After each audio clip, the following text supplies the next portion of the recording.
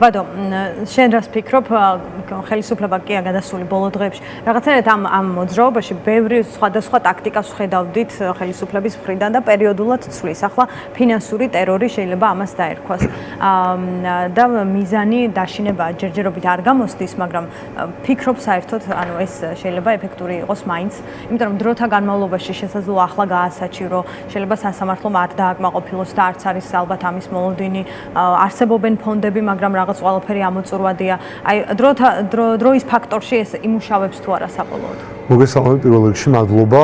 იცით, ყველანაირი მეთოდი სცადეს და ახლა ცდილობენ რომ და გონიათ რატომღაც და მე მგონია რომ მოკლევადიანი არის ეს მათი მიდგომა, რომ გონიათ რომ შეაშინებენ ადამიანებს და დისკომფორტ შეუქმნიან და შეგვაწუხებენ ჩვენ ამ ჯარიმებით. როცა ვერაფერი, ანუ ვერ შეგვაშინეს სხვა გზებით, ვერც დაგშალეს, ვერც შეწყვიტეს პროტესტი, გადაწყვიტეს რომ ხო ეს ყველას დავაჯარიმებთ, ყველას მივადგებით და ამით მაინც გავშევქმნით რაღაცა შიშის განცდას და იმას რომ მართლა ყველას მივადგებით. არა, ჩვენ ესე არ გონია და ძალიან მარტივი მიზეზი აქვს ამას. პროტესტზე მიცვალა საზოგადოება, ქართული ზოგადად ვარ ჭკვიანები და სისტემა არ არის ეგრე ჭკვიანი, როგორიც წარმოუდგენია ბევრს და ზოგადად შეიძლება როგორც ჩვენც წარმოგვიდგინოს რაღაც მომენტებში. გვაშინებენ აქვს რაღაც ზემოქმედების ცდილობები, მაგრამ ჩვენ ვიცით გზები ამას როგორ უნდა დაუპირისპირდეთ. ჩვენ როგორც მანამდე ვიცოდით გზები და ბევრი ტაქტიკა ვცადეთ და ბევრი ტაქტიკას კიდევ ვცადეთ, სურპრიზები ელოდება ჩვენს პროტესტში აუცილებლად მათ.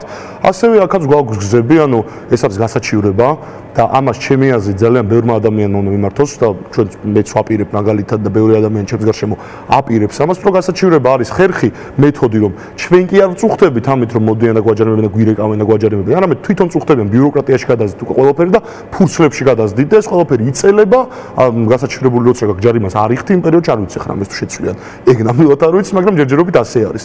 და ხო, ეს გზა არის და ფონდების მზაობა ძალიან მნიშვნელოვანია. ამ გასაჩივრებას აქვს ერთი დროის ამბავში, დროის ფაქტორიც არის. ფაქტორი და მეორე სისტემის დაღლა? რა თქმა უნდა, ხო, იმიტომ რომ ეს იწელება პროცესი და ეს მათთვის არის დამატებითი საქმე.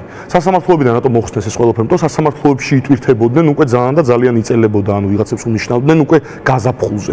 ამიტომ ეს პროცესები და ეს გაწელვა არის ჩვენთვის ძალიან კარგი და ჩვენ გვაქვს ამისთვის ხერხები, ჩვენ ვიცით როგორ უნდა მოვიქცეთ და ჩვენ უკვე გამოწვეთობილები ვართ უკვე ამ პროტესტში ჩემი აზრით და უკვე ვისწავლეთ რა უნდა დავპირისპიროთ ამას და რა თქმა უნდა გაჩერებას არ ვაპირებთ, ტყილა აქვთ იმის იმედი რომ ვინმეს, ვინც გამოდის, ვინც გამოდიოდა, ვინც შეიძლება ახლა ვერ ახერხებს, ადრე გამოდიოდა 100,000-ობით ადამიანს უბრალოდ რა, ვინც კი გვინახავს რუსთაველის გამზის და კიდევ დავინახავთ მომავალში, არ მგონია და ჩემთვის უბრალოდ წარმოუდგენელია რომ ვინმე შეშინდეს, ვინმე დაიღალოს და ვინმე უკან დაიხიოს რამეზე, მით უმეტეს მაშინ ქართულ ადამიანს ზოგადად ქართველებს გვაქვს ეგ რომ როცა ანახებ მეტ უსამართლობას, უფრო მეტი პასუხი არის აქედან და ჩემი აზრით ჩვენგან ეს პასუხი იქნება აუცილებლად და ჩვენგან ეს პასუხი გაძლიერდება და მათ გაძლიერებულ რეპრესიებზე ჩვენგან კიდევ უფრო მეტი პასუხი იქნება და ჩვენ არანაირ შემთხვევაში არ დონებდებით.